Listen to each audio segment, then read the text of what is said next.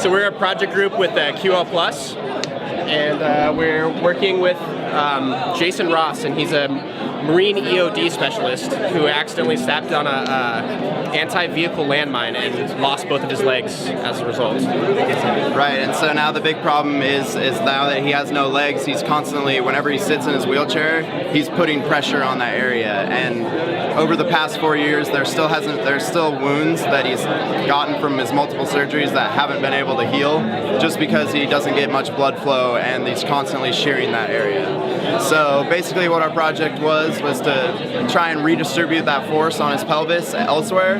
So we designed a little pulley system vest that he's going to wear that will lift him up off his wheelchair, and you can check it out over here. So this is a vest we bought.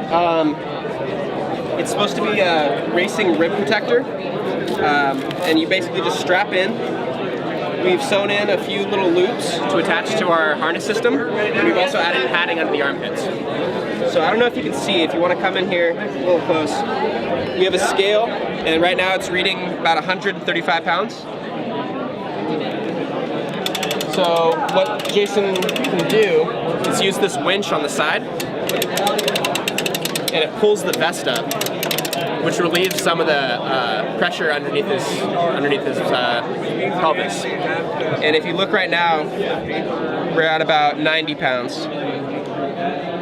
So that's a pretty decent pressure reduction. And we're shooting for about 30%, so I think we're gonna really hit that mark pretty well. And one of the main goals with this was to not modify his wheelchair in implementing our design. So with the exception of a few bolt holes to attach the L brackets to the side, we haven't had to modify his chair. We just replaced parts. So we replaced the aluminum posts on the back with steel posts, because steel can withstand a lot more force than aluminum can. And as you can see here, these are the pulley mounts with the replaced posts that we've implemented. The rib protector we purchased and was about $75, and then when we went to a custom sewing company, because they can sew through the plastic rib cage better than anyone else can, and they charged about $80 an hour, so that brought the whole vest to about $150. We then purchased steel and we did all the machining ourselves, so the cost was only in raw materials.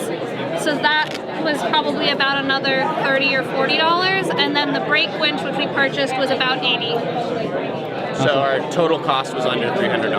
Awesome.